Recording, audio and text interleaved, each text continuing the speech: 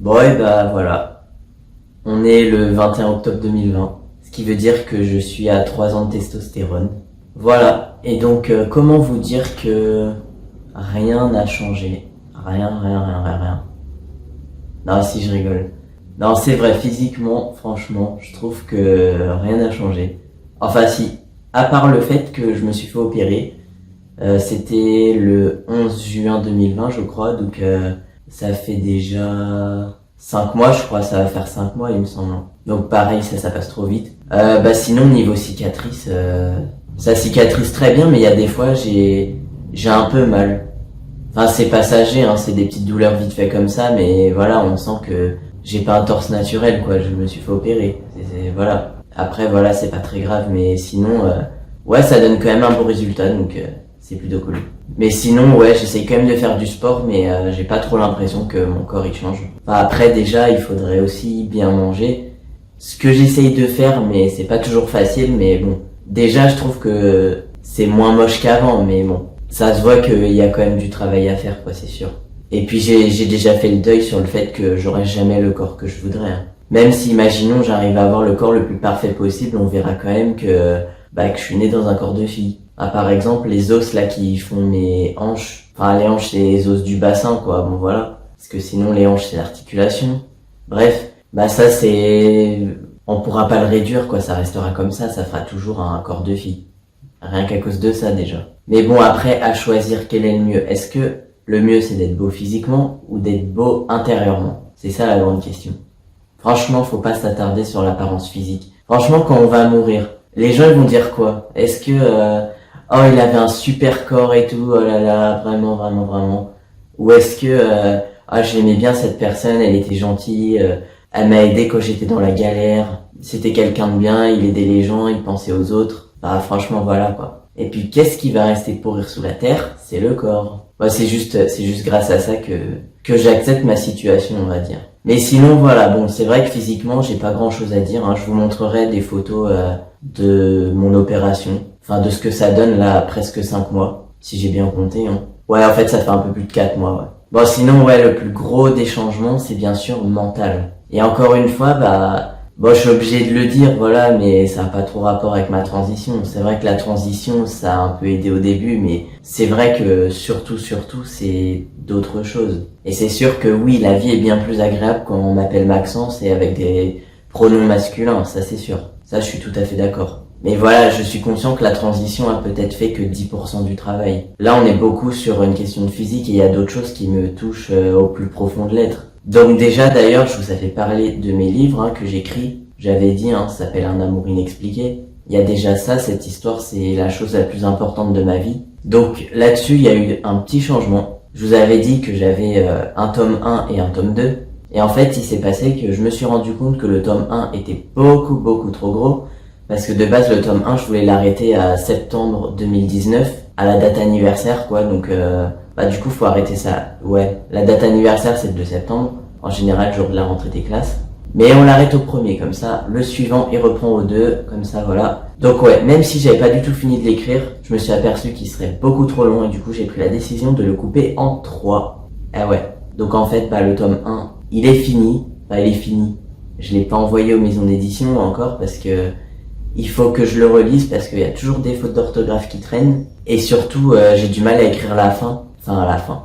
C'est un bien grand mot, la fin du tome 1, parce que sinon, cette fin du tome 1, je dirais que c'est que le début de l'histoire encore. Voilà, donc le tome 1, il s'arrêtera du coup le 1er septembre 2017. Et ouais, du coup, il faut que j'écrive le 1er septembre 2017. Enfin, juste pour... en fait, je compte un peu récapituler l'histoire et poser des questions, quoi, pour donner l'intrigue pour les tomes suivants, quoi. Enfin, voilà, normal. Pour relier les différents tomes ensemble. Donc là, pour relier le tome 1 au tome 2. Bref, et sinon, le tome 2, il va regrouper juste un an. Donc il s'arrêtera en septembre 2018.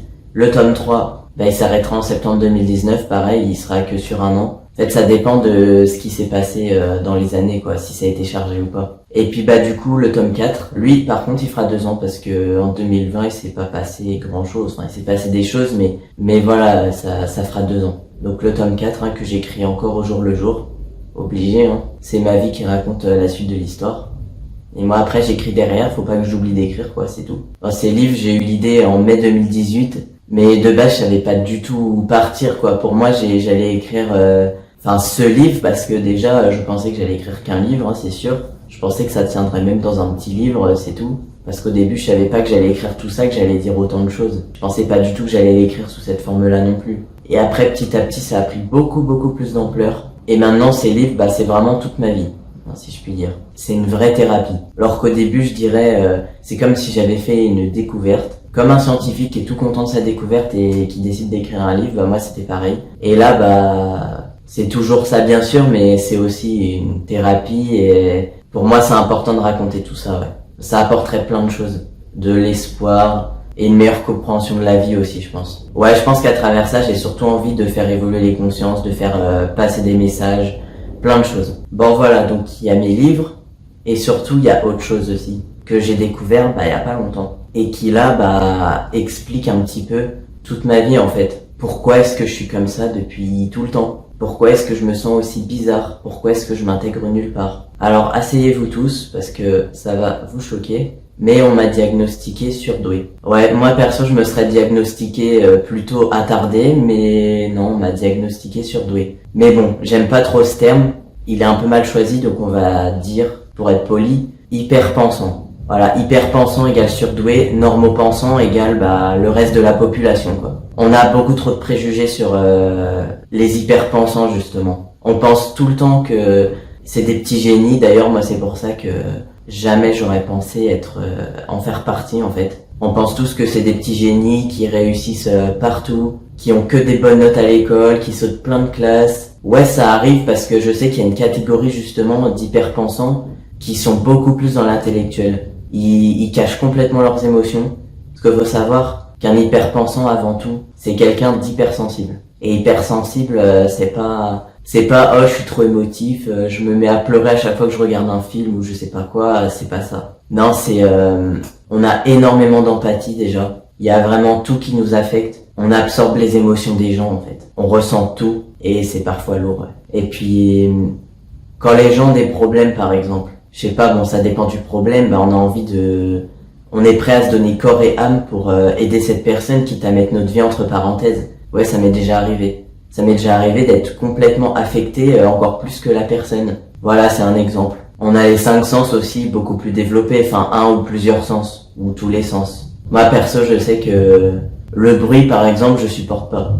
Par exemple, je sais pas, il y a tout le monde qui aime la musique, tout le monde qui aime aller en boîte de nuit. Enfin, je dis tout le monde, il y en a bien sûr qui aiment pas, mais pour la plupart de la population, si tout le monde aime ça. Et par exemple, quand on est hyper pensant, on n'aime pas ça quoi. Bon, c'est un peu décousu ce que je dis aussi, parce que je parle comme ça en fonction de ce qui me vient en tête, mais aussi je disais qu'on pense que les hyperpensants sont des petits génies qui réussissent à l'école, mais il y en a plein qui sont en échec scolaire et qui sont obligés d'être scolarisés dans une école exprès pour surdoués quoi. Bon, et surtout, comment est-ce que j'en suis arrivé là? À me dire que je suis hyperpensant. En fait, c'est par hasard, c'est tombé comme ça, c'est quand on regarde des fois des vidéos sur YouTube, il y a des vidéos qui sont proposées juste à droite là comme ça. Si vous voyez ce que je veux dire. Et je sais pas pourquoi, il y a un moment j'ai cliqué sur un truc comment savoir si on est surdoué.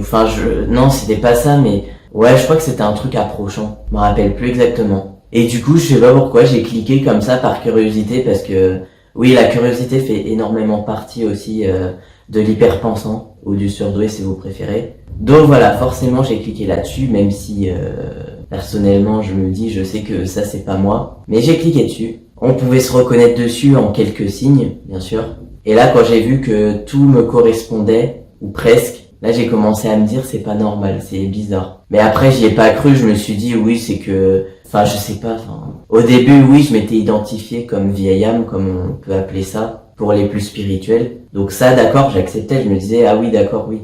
Je m'étais retrouvé là-dedans aussi et voilà. Et du coup, je me suis dit, c'est bizarre, en fait, on dirait que la description du surdoué, ça décrit les vieilles âmes, quoi. Et après, tout doucement, j'ai commencé à me dire, peut-être que surdoué, c'est le terme terrestre pour dire vieille âme, quoi. Bon, après, voilà, j'ai laissé un petit peu tomber ça, bien sûr. J'allais jamais croire de ma vie que j'étais hyper pensant. Et après, je sais pas, quelques jours plus tard, ou quelques semaines plus tard, enfin je sais plus, pas longtemps après quoi, je sais pas, j'ai eu envie de me renseigner encore, mais beaucoup plus en détail, vraiment pour être sûr, est-ce que je suis ça, quoi, est-ce que je suis surdoué? Bon, enfin, honnêtement, je me pense encore sous-doué, mais voilà. Et ça, c'est typique aussi du surdoué. Les surdoués ne se pensent pas du tout surdoués, ils se pensent même plus bêtes que les autres. Après, voilà, on peut se retrouver dans tous les signes, ou des fois, dans la plupart, mais pas tous, parce qu'encore, chaque personne est différente. Chaque hyperpensant est différent. Mais il y a quand même des signes qui reviennent beaucoup. Pareil aussi, si vous voyez là dans ma vidéo, je pars un peu dans tous les sens, je suis complètement désordonné. Ça, c'est typique aussi. En fait, on n'a pas plus de neurones que les autres. J'ai appris qu'on avait plus de connexions neuronales en fait. Les neurones, elles sont plus connectées entre elles. Et du coup, quand on a une idée, ça en amène une autre, encore une autre, encore une autre, encore une autre. Et on appelle ça la pensée en arborescence. Et je vous dis, c'est vraiment la galère. On est très perfectionniste aussi. Enfin, ça, je pense que ça dépend aussi des gens, mais moi, dans mon cas, j'ai ce symptôme. Et c'est d'ailleurs pour ça que je suis très en retard sur mon tome 1, alors qu'en plus je l'ai coupé en 3, donc là c'est complètement exagéré. J'étais censé quand même, je m'étais fixé l'objectif d'envoyer ce livre avant le mois d'octobre, ou même de base avant le mois de septembre, donc c'est pour dire. Je m'étale beaucoup trop, et je veux toujours que ce soit trop parfait, sauf que la perfection n'existe pas. Et ce qui me fait perdre beaucoup de temps. On est aussi un peu procrastinateur par moment. Et puis oui, on s'étale beaucoup, je veux dire, on n'est pas capable de rester concentré sur un truc pendant plusieurs heures. Enfin, ça dépend des moments. Des fois, si, quand on est vraiment concentré, on peut y rester des heures, on peut même parfois en oublier de manger et dormir. Voilà, ça c'est vrai. En fait, là, ce que je raconte, c'est tout ce que j'ai entendu et que je confirme moi-même. Ce que je vis moi-même, en fait. Donc oui, des fois, on peut en oublier de manger et même dormir. Enfin, j'ai pas fait une nuit blanche, bien sûr, mais voilà, il y a des fois, je me couche très tard, j'ai pas envie d'arrêter. Il y a des fois, je bâcle mon repas parce que j'ai pas envie de manger, même si j'ai faim, parce que je veux continuer mon truc, quoi. Bon, des fois, voilà, c'est mon livre, ça me prend comme ça. Il y a des périodes, j'écris comme ça à fond, et il y a d'autres périodes, mais j'ai un mal fou à m'y mettre, et ce qu'il y a dans mon livre me distrait complètement. Je sais pas, je cite un exemple. Il y a un moment, je parle de copains d'avant dans mon livre. Bon, enfin, quand vous lirez, vous comprendrez pourquoi. Et là, je sais plus, il y a une idée qui me vient. Ah tiens, j'ai envie de chercher un tel sur copains d'avant. Enfin, je sais plus ce que je voulais chercher sur copains d'avant. Du coup, j'y suis allé alors que j'étais en pleine relecture de mon livre. J'y suis allé. Et là, je sais pas, j'ai trouvé quelqu'un. C'était pas du tout prévu, quelqu'un que j'avais connu en primaire. Et du coup, j'ai cherché. Enfin voilà, j'ai regardé. Bon, sur copains d'avant, on voit pas grand chose. Alors après, je suis allé sur Facebook. J'ai tapé le nom et le prénom de la personne. J'ai pas trouvé cette personne, mais j'ai trouvé des gens de sa famille. Je connaissais aussi un peu sa famille, forcément, vu que je suis déjà allé chez cette personne. Et après, c'est parti comme ça. J'ai voulu voir ce que tout le monde devenait et tout, comment les enfants avaient grandi. Enfin, voilà, classique, quoi. Et puis après, forcément, ces personnes-là ont connu aussi des amis, avaient aussi des amis dans cette école primaire. Et là, du coup, après, on va dans les amis des amis et tout et tout. Et là, je me suis mis, je sais pas, à chercher plein de personnes de l'école primaire juste pour voir ce qu'ils devenaient. Je trouve ça sympa des fois de faire ça. Je sais pas, quand j'ai commencé, il devait peut-être être 19h du soir. Et après, je me suis aperçu avec horreur, entre guillemets, parce que j'étais censé avancer dans mon livre, qu'il était 23h minuit et que j'étais sur Facebook comme ça en train de traîner. C'est parti, j'ai vu copain d'avant dans mon livre et ça y est, on m'a perdu. J'étais perdu complètement. Je suis plus du tout revenu à mon livre, quoi. J'étais complètement là-dedans et voilà. Ça, c'est typique, quoi. Bon, voilà. Et je reviens aussi à ce que je voulais dire.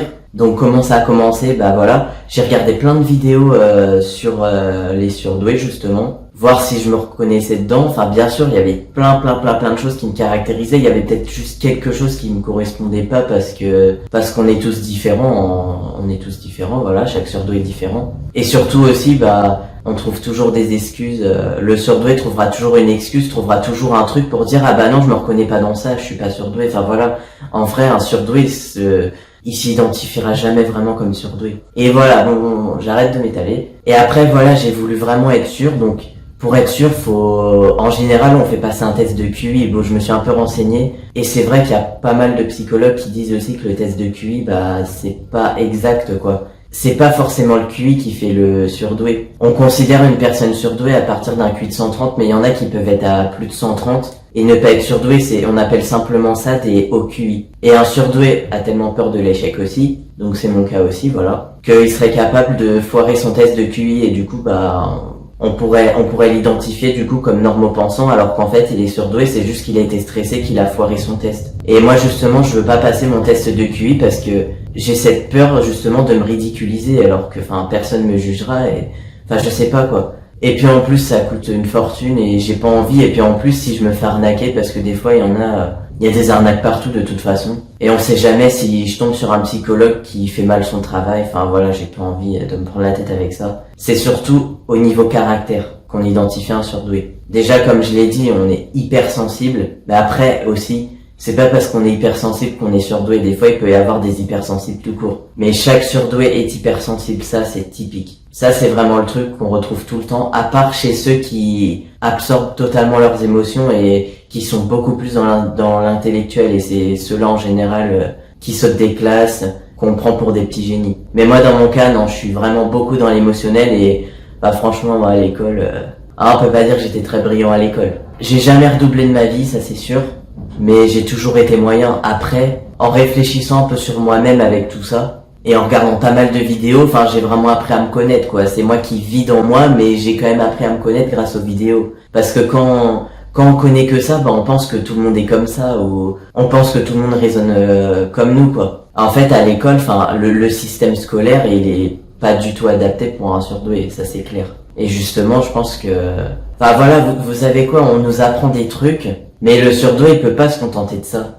Et pour lui, ça a aucun sens. Par exemple, on va nous apprendre des trucs en histoire, mais le surdoué va vouloir savoir ce qui s'est passé avant, pourquoi est-ce qu'on commence là et pas avant, et du coup, ça n'a aucun intérêt, et du coup, je pense que c'est pour ça qu'on n'arrive pas du tout à s'intéresser. Ou il y en a certains, je pense que c'est pour ceux qui sont beaucoup plus dans l'intellectuel, ils s'ennuient parce qu'ils savent tout, quoi. Ils retiennent tout direct.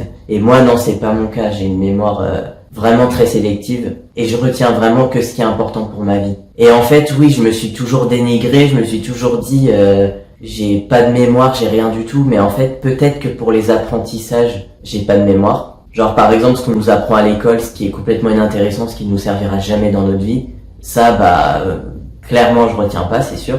Mais par contre, j'ai une énorme mémoire pour les souvenirs. Pour moi, je pensais que c'était pareil, mais voilà, en interrogeant les gens par-ci par-là, des fois quand on discute des gens par hasard, tu te souviens de ci, tu te souviens de ça, il y en a, on se rend compte qu'ils se rappellent quasiment de rien. Et moi, je me souviens de plein de choses.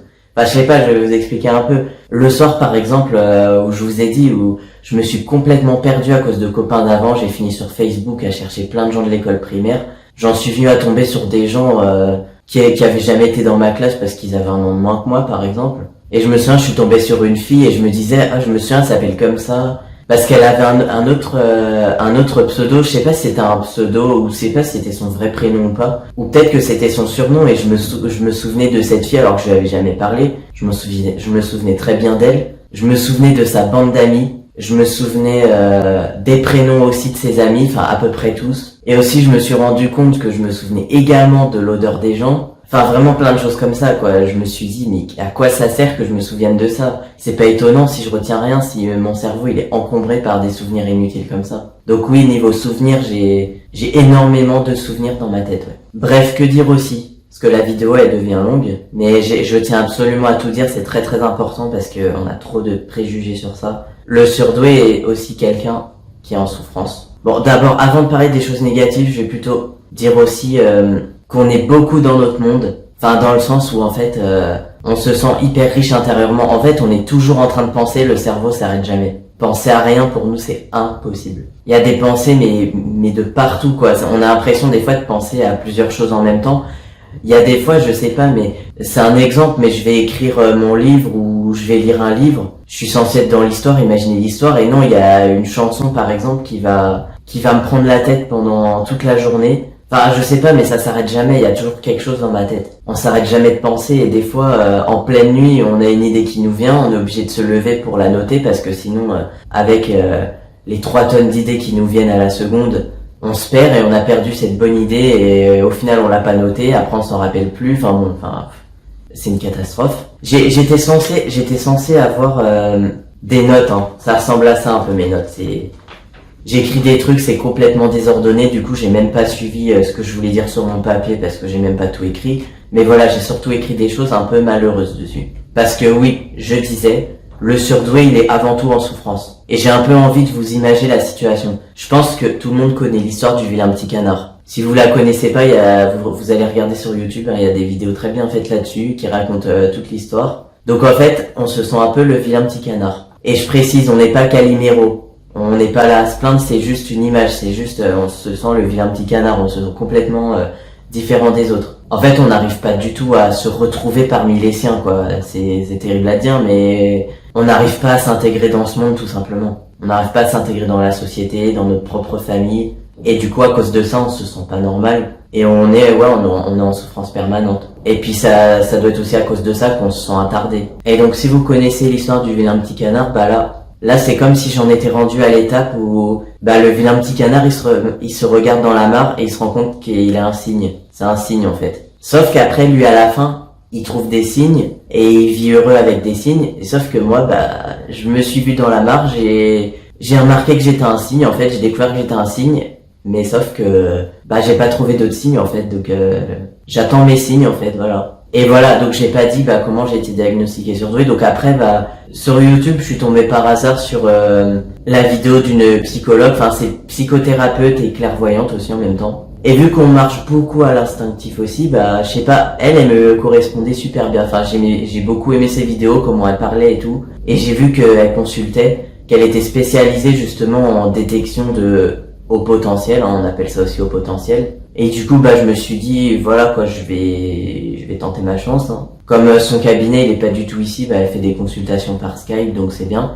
Du coup, j'ai fait une consultation avec elle par Skype. Et elle aussi, forcément, elle est surdouée. Et forcément, il lui a pas fallu longtemps pour m'identifier surdouée aussi. Elle m'a posé quelques questions et en fonction de mes réponses, je crois que j'ai dû taper pile dedans, hein, comme on dit. Pourtant, j'ai fait que de répondre naturellement, hein. J'ai pas joué un rôle ou quoi, mais j'ai fait que répondre naturellement. Et là, elle a dit, ça fait aucun doute que vous êtes hyper pensant. Après, voilà, je me dis, elle m'a dit ça, ok, c'est bien. Bon, après, la séance, elle a duré plus d'1 heure, hein. On a discuté de plein de choses. Et là, pour la première fois, j'étais heureux, je discutais avec quelqu'un qui me comprenait pour une fois. Parce que, oui, j'ai vu, en fonction, avec ma transition, j'ai vu une psychologue pendant 4 ans. Il y a rien de plus terrible de se sentir plus psychologue alors qu'on n'est pas psychologue. Plus psychologue que sa propre psychologue qui est psychologue.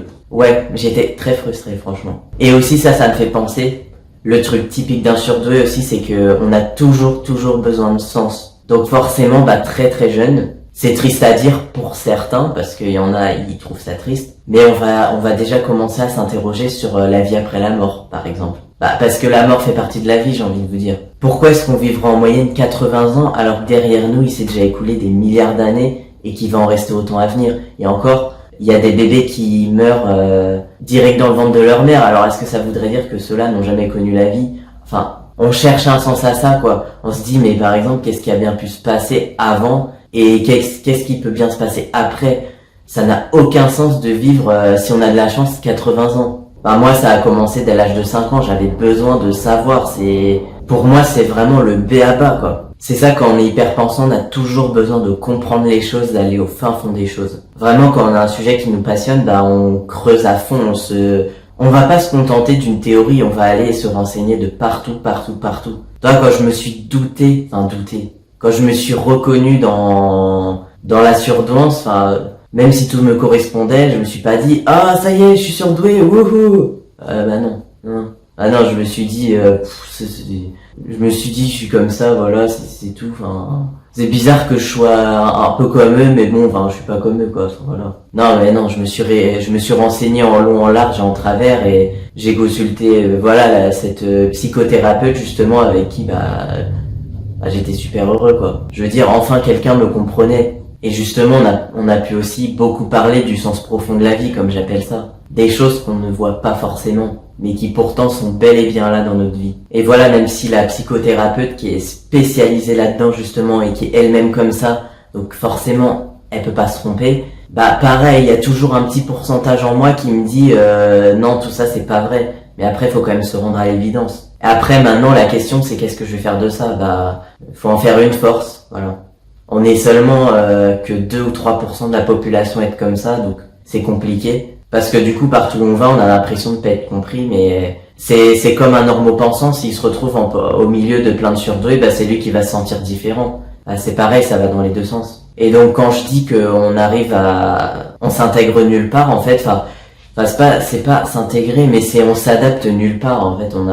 En fait, le monde nous convient pas. Et c'est compliqué, on a l'impression de se sentir comme un extraterrestre au quotidien. Et donc forcément, bah, un surdoué aussi aura souvent tendance à finir entrepreneur. Il finira souvent par monter sa boîte tout seul, et puis voilà. Après, il peut aussi être sur le monde du travail, mais à condition qu'on lui laisse un minimum de liberté. Et qu'on lui laisse un minimum aussi de créativité, parce qu'on a beaucoup besoin de créativité. Et là, ce que je dis, c'est parce que, comme je l'ai dit, ça me correspond, et parce que c'est ce que j'ai entendu un peu partout dans les vidéos de plusieurs personnes, hein. Bien sûr, je me fie pas qu'à une seule personne. Je récolte tout ce que j'ai pu entendre, quoi. Et puis tous ces gens qui parlent sont bien sûr aussi des hyperpensants. Donc ils racontent pas de bêtises, ils racontent c'est du vécu, quoi, ce qu'ils racontent. Donc voilà. Aussi également, ce qui est chiant quand on est hyperpensant, je le dis clairement, c'est chiant, hein, c'est que on a tellement besoin d'être stimulé qu'en fait on reste pas longtemps sur des activités. Ah, je donne un exemple.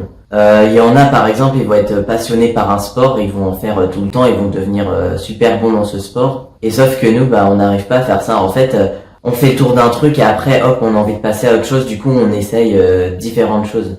Et c'est vrai, je pense que c'est ça aussi qui pose problème à l'école, c'est qu'à l'école, bah, bon, quand on est au collège ou au lycée, les cours durent 1 heure, voire 2 heures, grand maximum. Après, en formation adulte, les cours peuvent durer 4 heures, voire même toute une journée avec le même prof. Et ça, c'est horrible, quoi. Je veux dire, pour un surdoué, c'est horrible. Je pense que j'étais là pendant toute ma scolarité, hein, bien sûr. J'ai rarement été absent. Mais mentalement, j'ai été absent, moi, la moitié du temps, même si c'est pas les 3/4. On a beaucoup tendance à partir dans nos pensées parce que notre monde intérieur est souvent plus intéressant que le monde extérieur, en fait. C'est un peu notre refuge. C'est pareil, enfin voilà. Je m'étale encore, hein, mais une idée en apporte une autre à chaque fois, donc voilà, hein. Donc je pense aussi, j'entends plein de gens qui disent que s'ils font rien pendant une seconde, ils s'ennuient direct, quoi. Ils ont toujours besoin de faire ci, de faire ça, de faire ci, de faire ça. Enfin, je sais pas, quoi, mais enfin voilà. Et moi, j'ai toujours pensé, si un jour on me mettait dans une pièce blanche, je sais pas, une pièce, un truc où il y a aucun meuble, il y a rien, c'est tout blanc, donc il y a aucune distraction en fait, et qu'on me laissait là une journée entière, pour des gens, ce serait mais infernal, quoi. Ce serait mourir d'ennui. Et moi, je sais que je m'ennuierais même pas. Parce qu'en fait, y a tellement des tonnes de choses dans ma tête que je ne m'ennuie jamais, en fait. Et on peut me laisser comme ça pendant des heures, dans une pièce blanche où il y a rien, mais je ne m'ennuierai jamais. Je sais pas, quand on est hyperpensant, on peut pas comprendre les autres qui s'ennuient direct, quoi. Il y en a, ils s'ennuient direct quand ils sont tout seuls. Et pour un surdoué, la solitude, mais c'est le plus beau cadeau du monde. Bien sûr, on a aussi une vie sociale, hein, et on peut avoir une vie sociale comme on en a envie. Mais on adore passer du temps seul, et c'est ça aussi que les normopensants veulent pas comprendre. C'est que ils ont peur pour nous qu'on se désociabilise ou je sais pas quoi, mais vous savez, si on a envie de se sociabiliser, on se sociabilise, hein, y a aucun problème. Si par exemple on a envie, je sais pas, de faire du bénévolat, on va aller faire du bénévolat. On est des gens qui aiment beaucoup aider, enfin, ça c'est avec l'hypersensibilité, donc on est beaucoup aussi en train de se dévouer aux autres, on supporte pas non plus l'injustice. Après, c'est typique du surdoué, mais bien sûr il y a beaucoup de normopensants qui sont comme ça aussi, et c'est super. J'encourage tout le monde vraiment à ne pas penser qu'à soi, mais à penser aussi aux autres. Il y a tellement de gens malheureux qui ont besoin d'aide. Et c'est tellement gratifiant justement de faire plaisir à quelqu'un sans rien attendre en retour, en fait, juste voir le sourire de la personne ou la joie de la personne qui revient, hein, c'est déjà le plus beau cadeau. Parce que moi, s'il y a bien un truc que je ne supporte pas, c'est les gens qui font des choses dans l'espoir d'attendre un merci. Quand par exemple, je sais pas, on nous offre quelque chose et qu'on nous dit ça se dit merci, ou j'entends pas beaucoup de merci, ou je sais pas. Après, on se dit voilà, c'est normal de dire merci, mais malheureusement, il y a des gens qui le feront pas. Et bah les gens qui vont faire un truc, ils attendent le merci quand même. Mais arrêtez. Franchement, ça sert à rien. Arrêtez d'attendre un merci. Ou d'attendre Franchement, faites ça avec le cœur, faites ça... Voilà quoi, je sais pas. Ah, aussi, ce qui est très frustrant. Mais en fait, je m'étale complètement, ça m'énerve. La vidéo, elle va durer trop longtemps, mais c'est comme ça, c'est mon cerveau, j'y peux rien. Quand, par exemple, on passe devant un SDF, voilà, la plupart des gens... enfin, quelques personnes donnent une pièce. Moi, le problème, j'ai envie de donner de l'argent aussi, mais après, on peut pas donner à tout le monde. Et comme on supporte pas l'injustice, bah, soit on va donner à tout le monde, soit on va donner à personne. Enfin voilà, ça m'est déjà arrivé de donner des pièces bien sûr, mais on a envie on réfléchit, on se dit, mais attends, je lui donne 1 euro, 1 euro, ça va lui tenir une journée, enfin même pas. Il va s'acheter avec ça, je sais pas, un sandwich peut-être, et encore. Et c'est tout, le 1 euro il aura disparu. On a envie de faire beaucoup plus pour la personne, on a envie au contraire de lui apprendre à se faire de l'argent pour que la personne devienne complètement indépendante. C'est comme il y a une histoire là que j'avais entendue, c'était surtout une leçon quoi, voilà. Il est mieux d'apprendre à un homme à pêcher, il est mieux d'apprendre à un homme, il est mieux de donner une canne à pêche à un homme et de lui apprendre à pêcher pour que il attrape lui-même les poissons plutôt que de lui donner un poisson et qu'après le poisson il l'a mangé et voilà c'est tout quoi. Enfin c'est ça le truc en fait. C'est trop frustrant, on a envie de faire beaucoup plus mais on se sent impuissant et du coup des fois on a tendance à complètement passer à côté et à fermer les yeux et à culpabiliser comme des malades alors qu'en fait on y est pour rien quoi. Si la personne elle est à la rue, bah c'est pas de notre faute et puis c'est pas non plus de la faute de la personne. Voilà. Aussi quand on est surdoué, il y a des fois de l'hyperactivité, c'est pas tout le temps. Mais des fois, ouais, il y a de l'hyperactivité physique, comme je pourrais appeler ça. Hein, que ça se voit, une personne est hyperactive physiquement. Moi, perso, c'est pas du tout mon cas. Par contre, c'est dans ma tête. On me voit comme ça, on a l'impression que je suis complètement introverti. Enfin, oui, je suis introverti, ça c'est aussi un truc. Tous les surdoués ne sont pas introvertis, mais il y en a pas mal aussi quand même. Mais voilà, je suis pas du tout hyperactif physiquement. Enfin, si des fois, si je suis pris un peu d'hyperactivité, mais ça c'est quand je suis tout seul devant les gens, je serai jamais hyperactif, ça c'est sûr. Quand je suis tout seul, je suis complètement une personne différente, ça c'est sûr. Ouais. Et je parle beaucoup plus quand je suis tout seul que quand je suis avec des gens, si c'est pour dire. Donc moi généralement, ouais, l'hyperactivité elle est dans ma tête surtout. C'est le bordel 24 heures sur 24. Il y a juste la nuit où je dors, mais en fait, la nuit il y en a plein qui disent qu'ils rêvent pas, mais moi je vous assure que pour moi je pense qu'on rêve toutes les nuits, après il y en a qui s'en souviennent pas. Et ça, c'est aussi typique de l'hyperpensant. On se souvient la plupart du temps de nos rêves la nuit. En fait, on est tellement concentré intérieurement que on se souvient de tous nos rêves qu'on fait la nuit. Le cerveau ne s'arrête jamais. Notre cerveau ne s'arrête jamais en fait. Et ouais, on en perd des heures de sommeil, on en perd. Bref, maintenant, je vais enfin passer à la phase sombre. Je peux vous dire que ça m'a fait quand même beaucoup de bien d'avoir été diagnostiqué surdoué parce que, on va dire, c'était le mot qui manquait. C'était le terme terrestre qui me manquait en fait, parce qu'au début, voilà, je disais, je savais que j'étais une vieille âme, mais voilà, je voulais un terme plus terrestre quand même, et bon voilà, il s'avère que je suis hyper pensant du coup. Et du coup voilà, pour vous dire, la vie n'a pas du tout été facile, et en fait, je me rends compte que ça a peut-être même plus joué que ma transition. Ma transition, ça a été une souffrance aussi, bien sûr. Je sais pas si vous savez, enfin je pense que j'ai déjà dû le dire, mais de mes 14 à mes 16 ans, j'ai tenté de me suicider et je ne peux pas compter mes nombres de tentatives de suicide, ça s'est allé sur 2 ans, c'est tout ce que je peux dire. Mais je pense qu'on avoisine peut-être les 40 ou les 50, j'en sais rien, à tout moment je pouvais disparaître, hein, à tout moment. Je sais pas par quel miracle je suis encore là. Je sais, j'ai un ange gardien, c'est pour ça. Enfin, tout le monde, hein, je pense, mais voilà. Mais je pense que le mien était très efficace. Bref, et du coup, avec tout ça, voilà, je me suis rendu compte que mes tentatives de suicide n'étaient pas seulement dues à ma transition, c'était dû aussi à ça, à ma surdouance. Ok, mon corps me plaisait pas, mais je me suis aussi inventé toute une vie à côté. Et là, oui, je me suis vraiment inventé une vie, j'insiste là-dessus, là, oui, c'est là où je me suis inventé une vie. Parce que, j'insiste là-dessus parce que, bon, j'ai pas terminé mon livre, hein, mais voilà. Mais je sais qu'il sera édité, dans quelques mois, peut-être vers juin 2021, vous l'aurez entre les mains, vous pourrez le lire.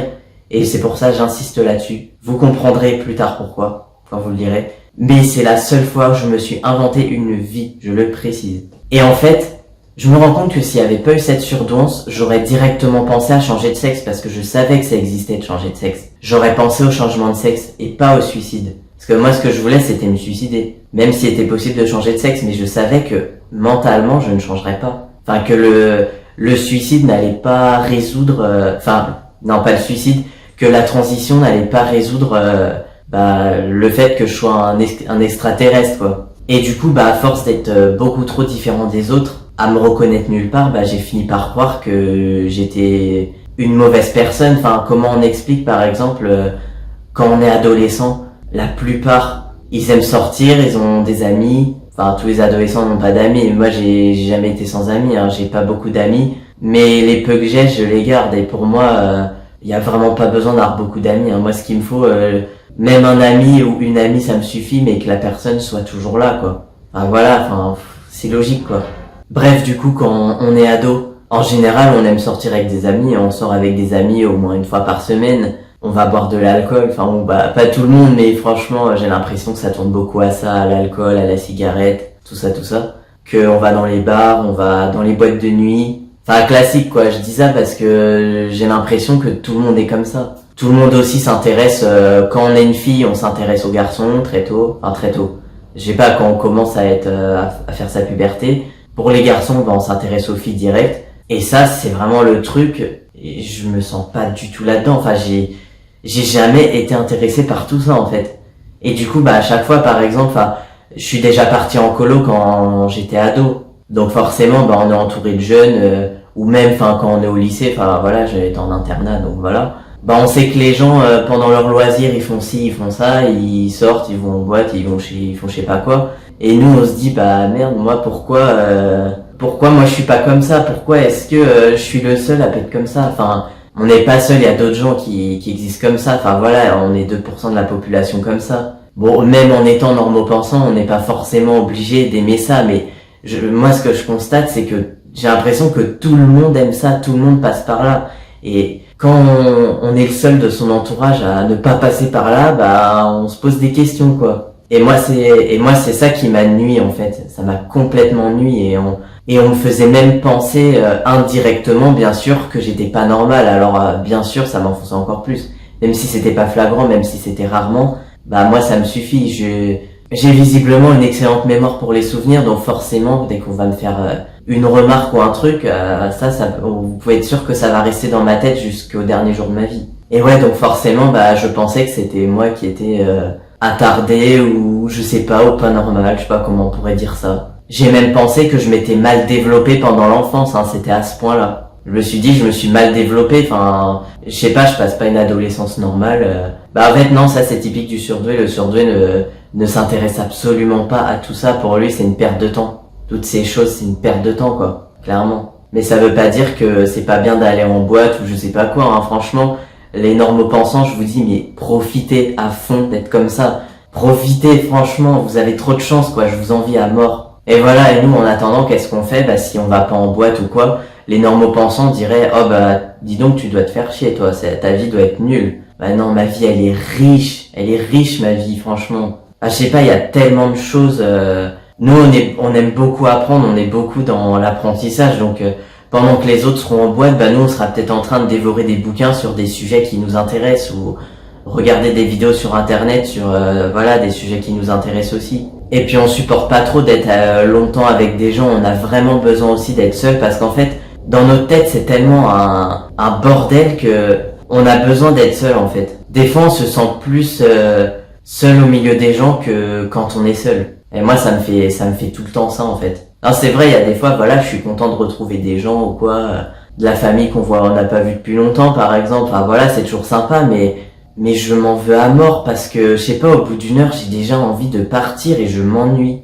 C'est vrai, je m'ennuie. Parce que, je sais pas, enfin, c'est typique de l'hyperpensant, on trouve que les conversations des autres, bah, c'est pas des conversations profondes, quoi. On n'aime pas parler de la pluie et du beau temps, en fait. Enfin, voilà, c'est pour dire, je sais pas, enfin, si vous voyez ce que je veux dire, quoi, parler de la pluie et du beau temps, quoi, on parle de choses, bon, on s'en fiche un peu, quoi. Mais en fait, on a toujours besoin d'aller tellement profond dans les sujets que c'est vrai, enfin, en fait, on s'ennuie partout où on va, quoi. Et c'est malheureux, et moi, je m'en veux pour ça, vraiment. Mais bon, d'un côté, ça m'aide à l'assumer, je me dis, à partir du moment où on a mis ce mot surdoué, hyperpensant, au potentiel, tout ce qu'on veut, bah voilà, ça a été comme une réparation, quoi, je sais pas, comme si c'était la dernière puzzle, comme si c'était la dernière pièce du puzzle de ma vie. Et là, ça recolle tous les morceaux et ça me fait comprendre pourquoi exactement j'ai été comme ça. Et ça m'aide à assumer et ça m'aide à avancer, surtout. Et voilà, faut savoir en faire une force et faut savoir s'accepter comme tel. Parce que, ok, je pense qu'il y a plus d'inconvénients à être comme ça, mais il y a aussi des avantages. Par exemple, j'ai entendu beaucoup dans des vidéos, que par exemple les surdoués peuvent devenir de brillants entrepreneurs. Bah voilà. Ah moi c'est mon but aussi, hein. Bien sûr ça se construit pas en claquant des doigts, hein, mais je sais que je vais réussir. Et c'est pas pour me vanter, c'est juste que je crois en moi, parce que si je crois pas en moi, qui croira en moi? Personne. Bah franchement, l'entrepreneuriat ça parle à personne, j'ai l'impression, donc je suis bien obligé de croire en moi, parce qu'autrement personne le ferait. Donc voilà, bah c'est ça, quand on est hyper pensant, on fait un peu son chemin de son côté, quoi. On suit pas la même voie que les autres, on fait son chemin de son côté, et puis voilà. Et on essaye d'être heureux comme ça. Et encore, j'ai de la chance d'être tombé dessus par hasard, parce que j'aurais pu être diagnostiqué beaucoup plus tard. Ça arrive à des gens et ils sont diagnostiqués peut-être à l'âge de 60 ans, et là pour eux c'est horrible, quoi. Ils se disent, mais j'aurais pu faire plein d'autres choses, je sais pas, enfin, en fait, j'ai l'impression d'avoir gâché ma vie parce que j'ai pas su que j'étais surdoué. Je me suis cru bête toute ma vie alors qu'en fait, j'étais capable de plein de choses. En fait, c'est surtout ça, quoi. Et donc oui, j'ai de la chance, on va dire, d'être tombé par hasard sur une première vidéo et de m'être totalement reconnu. Bon, c'est encore complètement décousu là ce que je fais, mais j'ai encore oublié de dire des choses. Quand on est hyper pensant, on est forcément aussi beaucoup plus manipulable mentalement parce que on a tellement d'empathie, on est tellement hyper sensible que voilà, on peut être la proie plus facilement de pervers narcissiques. Bon, moi ça m'est jamais arrivé et heureusement, j'espère que ça m'arrivera pas, mais après de toute façon, on peut tous tomber entre les griffes d'un pervers narcissique, ça c'est sûr. Mais les surdoués apparemment sont plus prédisposés. Et quand j'emploie ce terme surdoué, j'aime pas trop ce terme, mais je l'emploie parce que c'est ce que tout le monde connaît. Donc voilà, c'est pas pour me vanter ou quoi, j'ai rien à me vanter. Un hyper pensant ne se vanterait jamais de toute façon. C'est plutôt ceux qui vont se dire direct oh ça se trouve je dois être surdoué. Ceux-là sont ceux qui sont passés pour des surdoués en fait qui le sont pas, quoi. Bah voilà, on ne verra jamais un surdoué se vanter d'être surdoué. Au contraire, il se sent plus nul que tout le monde. Il a zéro estime de lui-même et puis voilà, quoi. Et du coup le fait de se savoir surdoué justement, ça aide un peu à se construire, quoi, à comprendre un peu. C'est un soulagement, hein. Tout cela le diront, enfin tous les surdoués le diront, c'est un soulagement quand on se fait diagnostiquer. Et moi je sais pas pour le test de QI, peut-être un jour, mais honnêtement je sais pas. Parce que je sais, enfin il y a des exercices, c'est chronométré, quoi. Et moi je sais que quand il y a un chrono, mais c'est mort, on me perd complètement. Je suis complètement pris dans mes émotions et là je peux vous dire que je foire tout le travail, quoi. Donc voilà, c'est même pas la peine, j'ai même pas envie d'aller gaspiller 300 € pour ça, hein, si ce n'est pas plus. Parce que voilà, on nous reconnaît vraiment surtout au comportement, quoi. Comme tout ce que je viens de citer de façon très décousue, mais voilà, déjà la vidéo elle est déjà super longue. C'était une vidéo sur la transition de base, mais c'était très important que je parle de ça parce que je sais qu'autrement, si je fais une vidéo exprès là-dessus, personne ne la regardera. Donc je préfère mettre ça là-dedans, comme ça, je sensibilise un maximum de gens. Comme ça, les gens aussi qui me connaissent personnellement comprendront aussi pourquoi je suis comme ça. C'est aussi un soulagement pour moi c'est comme si je me confiais. Et comme en face, j'oserais jamais aborder le sujet, j'oserais jamais dire ah tu sais quoi, je suis surdoué. Non. Non, c'est mort. Enfin, je ferais pas ça, quoi. J'aime pas ça me fait. Alors que là, dire ça en face d'une caméra, c'est beaucoup plus simple. Mais voilà, c'est pour ça, j'en profite pour le dire là-dedans parce que.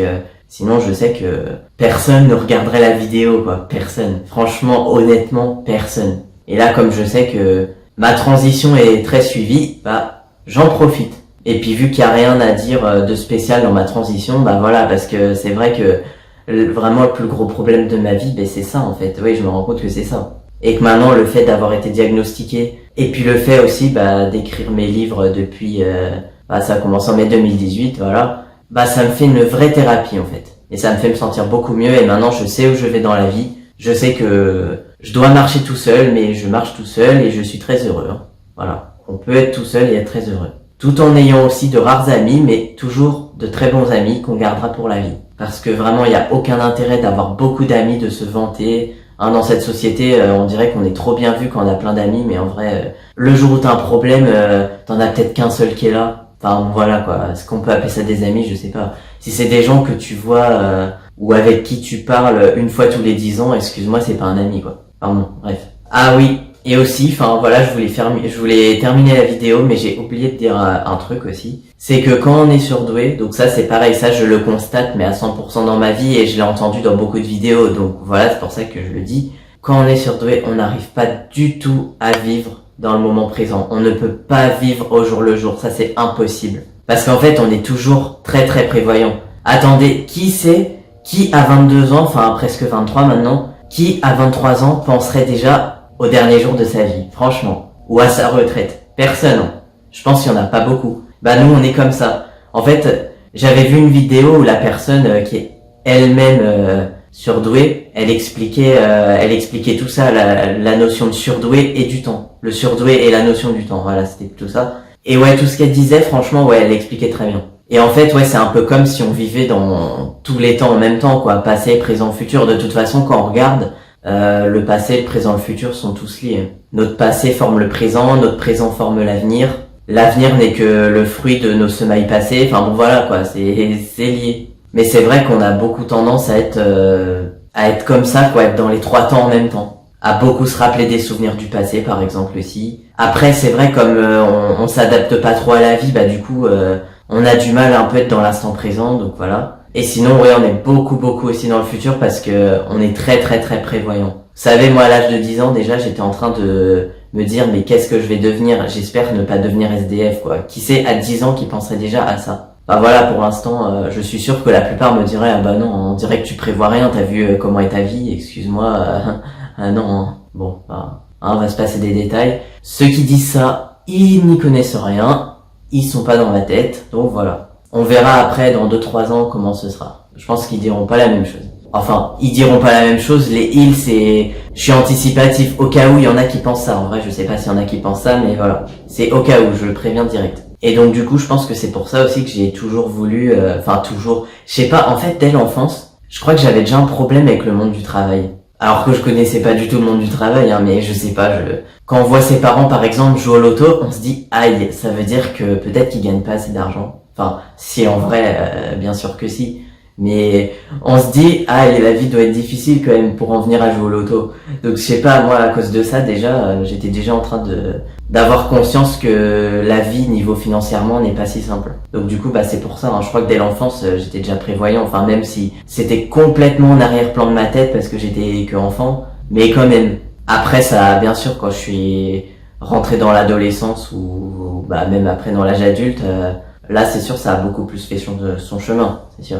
Et là, moi, perso, le monde du travail, déjà je m'y adapte pas, ça me convient pas, je le dis direct, ça me convient pas.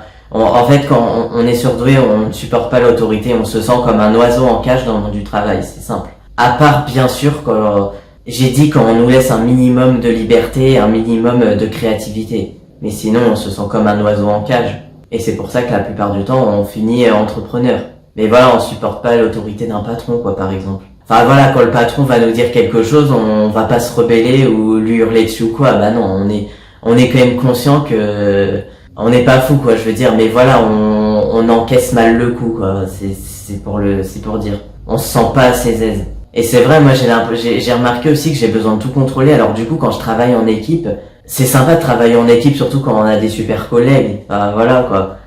C'est super. Mais moi, ouais, ce que je me suis rendu compte, c'est que on pourrait ne pas me trouver efficace parce que justement, bah je suis avec des collègues, mais j'arrive pas trop à trouver ma place parce que je me dis si je fais ça, peut-être qu'ils vont croire que je leur pique leur travail. Enfin, je sais pas, en fait, je sais pas, je suis quelqu'un qui a un peu besoin de tout contrôler. Et du coup, des fois, ça c'est un peu mal vu dans le monde du travail. Et du coup, bah, quand je suis en équipe, bah, j'ai souvent tendance un peu à m'effacer. Du coup, on pense que je suis complètement inactif, que je fais rien. Alors qu'en fait, bah, moi, je rêve qu'une chose, mais donne-moi le truc à gérer, je te le gère. Aucun problème. Enfin, d'abord, j'apprends, évidemment. Vu que aussi, j'ai très peur de l'échec, j'ai très peur de mal faire, forcément. Si on me dit, bah, tiens, tu vas gérer ça, je vais direct me sentir pas capable, je vais avoir super peur et après, c'est un avantage dans le sens où je vais pas me sentir confiant et je vais demander, je vais poser un maximum de questions pour réussir un maximum. Et les fois où on m'a demandé de faire des choses, enfin même dans tout dans la vie, j'ai toujours pris plus de temps, mais en fait je réussissais. Et ça a toujours été comme ça, en fait c'est depuis mon plus jeune âge, hein, pour apprendre à parler et à marcher, ça a été la même chose. En fait c'est pour ça je pense que ça doit être pour ça que je me suis toujours senti plus attardé que les autres, parce que je mettais beaucoup plus de temps à faire les choses, mais en fait c'est parce que je voulais toujours bien faire directement et en général c'est pas trop possible. Quand on essaye un truc, bah, on rate souvent avant. Et moi, le problème, c'est si je supporte pas ça, bah, c'est un peu compliqué. Donc voilà, moi, pour dire, je suis Je fais partie de ceux qui ne se sentent pas du tout à leur place dans le monde du travail. C'est pas une question de fainéantise ou quoi. Je pense que déjà quand on s'engage à être entrepreneur, on est tous sauf feignants parce que c'est même plus de travail que le monde du travail, j'ai envie de dire. Donc voilà. C'est pas une question d'avoir peur non plus, c'est pas une question d'être associable et de ne pas aimer d'avoir des collègues, hein, non, c'est un réel plaisir quand on a des bons collègues. Et je précise aussi, c'est pas parce qu'on n'est pas sur le monde du travail qu'on n'a pas de vie sociale. Je corrige ça parce que ça a souvent tendance à être mal interprété et ça m'énerve, je le dis direct. Ça, être franc aussi, c'est un trait de mon caractère. Ça, je suis franc et j'hésite pas à dire les choses. On va pas tourner autour du pot pendant des heures, je dis les choses, ça plaît pas, je m'en fiche. Mais voilà, tout va bien sinon. Ah, et puis aussi, ça me fait penser à la relation amoureuse. Combien de gens ne supportent pas d'être seuls? Et quand on est hyper pensant, bah, on est capable de rester des années et des années tout seul, on s'en fiche en fait. On n'a pas besoin d'une amourette qui dure un mois ou deux, on a vraiment besoin du vrai amour. En fait, comme nos émotions sont décuplées, bah en fait, l'amour qu'on nous donne, bah, il suffit pas. Enfin, l'amour qu'on reçoit des gens de qui on n'est pas amoureux, donc tous les gens quoi, même si c'est des gens de la famille et tout, bah cet amour il suffit pas parce que tout est décuplé quoi. Puis surtout moi perso avec ma propre histoire de ce que vous verrez dans mon livre, bah une fois qu'on a vécu ça, on n'arrive plus à se contenter de l'amour basique. Bon bref voilà. Et ouais bah tout ce qui est relation amoureuse, enfin c'est vrai que je me suis rendu compte que je me suis jamais intéressé à l'amour et j'ai été amoureux qu'une seule fois dans ma vie, c'est quand même malheureux et encore c'était pas réciproque. Donc et puis là enfin c'est vrai que ça niveau amoureux, autant je vois très bien m'avenir du côté professionnel et peut-être du côté du reste, je sais pas, mais du côté famille, enfant, c'est le trou noir, je vois rien, vraiment. Pourtant, je suis très très prévoyant, mais là, vraiment, je vois rien, c'est le trou noir. Je me dis, si un jour je trouve une femme et que j'ai des enfants avec, en sachant que je suis stérile, à cause de la testo, bien sûr, enfin voilà, bah ok, c'est super. Et puis voilà, et je me dis, bah si j'ai pas ça, bah tant pis, je suis très heureux aussi tout seul, hein. Et c'est pas parce qu'on passe du temps tout seul chez soi à construire sa micro-entreprise qu'on se désociabilise et qu'après c'est devenu une habitude. À force, on n'aime plus sortir, on n'aime plus voir des gens. C'est totalement faux. Faut arrêter avec ces idées. Hein. C'est pas parce qu'on voit pas des gens pendant un long moment qu'on veut se construire son avenir professionnel que voilà hein, que c'est la fin du monde. Moi perso, je préfère un peu sacrifier. Enfin, et encore, c'est même pas un sacrifice pour moi, c'est un réel plaisir. Être seul, ça me dérange même pas du tout. Enfin, moi j'adore être seul, donc voilà. C'est même pas un sacrifice, et voilà, je me remercierai, je pense, quand je serai à la retraite et que bah je gagnerai bien ma vie, enfin que j'aurai une bonne retraite, je veux dire. J'aurais été prévoyant et voilà. Parce que ouais, ça me fait de la peine de voir toutes ces personnes qui ont travaillé comme des chiens toute leur vie, qui ont eu des métiers très physiques aussi, qui ont le dos cassé, qui ont une mauvaise santé et puis qui touchent une retraite, qui touchent même pas le SMIC, qui peuvent même pas vivre quoi. Je veux dire, ça m'arrive ouais, de regarder des reportages là-dessus. En fait, quand on me voit comme ça, quand vous savez pas vraiment de quoi parle mon livre, mais quand vous lirez mon livre, vous direz mais ce mec-là, il est pas du tout dans la réalité. Il vit dans un autre monde. Je vais vous dire, je crois qu'il y a pas plus ancré que moi dans la réalité en fait. Vous savez par exemple, tous les livres que je lis ou tout ce que je regarde à la télé, en fait, c'est que des trucs qui peuvent se passer pour de vrai. En fait, le faux ne m'intéresse pas. Les trucs imaginaires, je sais, pour certains, c'est bien, ça détend, ça leur fait s'évader et c'est très bien. Mais pour moi, ça m'intéresse pas, c'est inintéressant pour moi. En fait, moi, ce que j'adore, c'est surtout le fait que parfois la réalité dépasse la fiction. Et ça, je suis vraiment un accro des histoires comme ça. Et d'ailleurs, mon livre, c'est un petit peu ça, quoi. Parce que je sais qu'avec toute l'imagination que j'ai, jamais je n'aurais pu inventer une histoire pareille, mais jamais. Et c'est pour ça que aussi, je suis trop content d'écrire ces livres, quoi. Parce que vraiment, là, la réalité dépasse la fiction. Et voilà, par exemple, à la télé, enfin, ou même je regarde pas trop la télé, mais sur YouTube, parce que sur YouTube, on tape ce qu'on veut, on regarde ce qu'on veut, à l'heure qu'on veut. Je regarde beaucoup de reportages, mais sur plein de choses, et donc oui, et je pense que ça, c'est un gros avantage parce que, par exemple, ouais, voilà, là, récemment, je me suis mis à regarder des reportages sur les SDF, ouais. On voit un peu la vie des SDF, et là, ça nous sert un peu aussi de leçon, on se dit, merde, moi, j'ai pas envie d'être comme ça, quoi. J'ai pas envie de vivre leur galère, et on a envie juste d'être prévoyant, quoi, surtout, à mon jeune âge, quoi. On se dit, c'est encore le temps, on a toute la vie devant soi, c'est maintenant qu'il faut tout construire. Et puis si on n'a pas de vie sociale là pendant 2 ou 3 années, et ce qui nous dérange pas du tout, ça veut pas dire qu'on se coupe du monde, ça veut dire qu'on est prévoyant. Et qu'on est aussi très passionné. et que encore une fois, quand j'ai dit qu'on est surdoué, on est tellement passionné des fois qu'on oublie un peu tout le reste. Mais j'ai toujours mes amis, hein, mes peu d'amis, mais qui sont toujours très fidèles et que je garderai certainement pour la vie.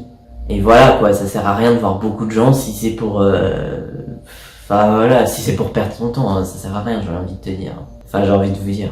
Bon, je suis désolé, je crois que la vidéo a dépassé les 1 heure. Je vais vous mettre aussi du coup quelques photos là à la fin. Et du coup, je suis désolé de vous avoir saoulé entre guillemets avec la surdance, mais c'était très important que j'en parle parce que ça fait partie de moi.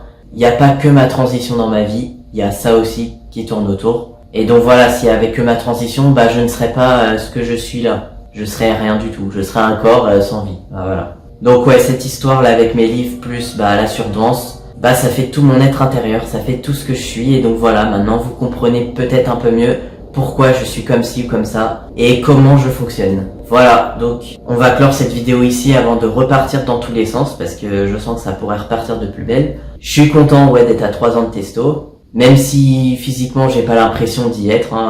J'ai l'impression de faire toujours 10 ans de moins. J'ai toujours l'impression d'être prépubère, mais bon, je pense que c'est à cause de mes traits qui sont fins. Ouais, parce que malheureusement avec la testo, les os ne bougent pas. Donc voilà. Et voilà, le fait, voilà, déjà que je m'accepte totalement maintenant intérieurement, ça m'aide à m'accepter aussi physiquement. Enfin, physiquement, je pense que je m'accepterai jamais vraiment.